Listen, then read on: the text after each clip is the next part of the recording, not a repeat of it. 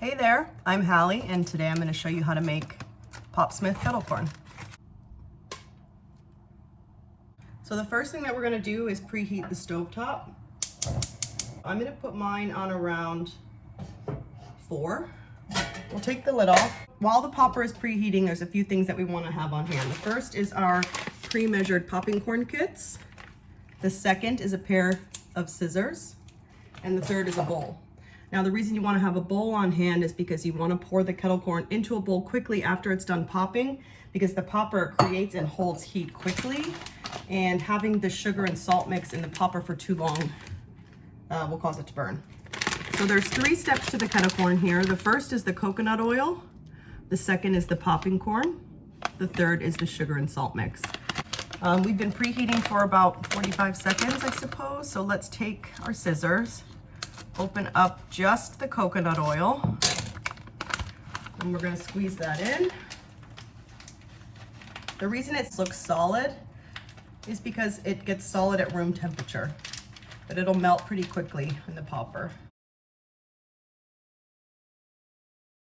So we've got our coconut oil in. Now, as you can see, it's not yet too hot on the inside. I use my finger here to kind of turn it.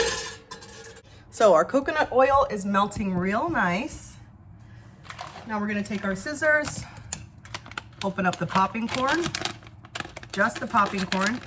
So as you can see, the sugar and salt here is still kind of sealed, so it won't go in. So I'm going to take the popping corn,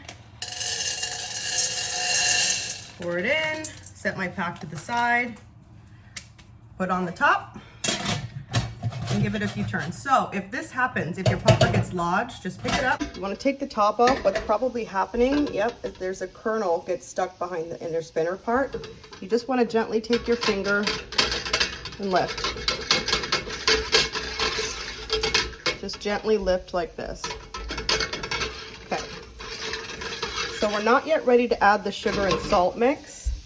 Once it really starts to sizzle a little bit more than that, or you start to see your first kernel pop, that's when you want to add the sugar and salt mix.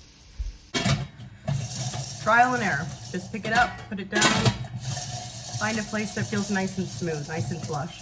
And make sure that you have the steam vent pointed away from you, because this is where the heat emanates from as it's heating. Now, I actually see my first kernels popping. So this is how we know we are ready to add the sugar and salt mix. Take my scissors here, cut it open, gently, only open it halfway, pour the mix in. And again, if your popper tends to get stuck, just lift it up, lift a bit, and put it back on. Now the most important thing for the kettle is you want to listen. When the popping slows down, it's going to happen really quickly. When the popping starts to slow down, you want to reduce the heat. Okay, here's kind of like our peak pop period.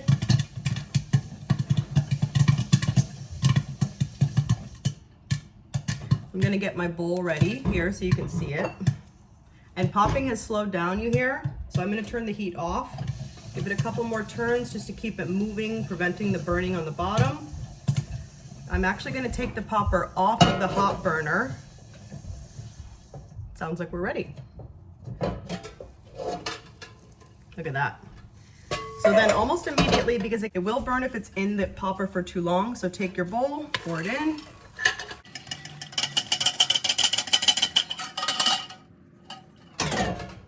There you have it.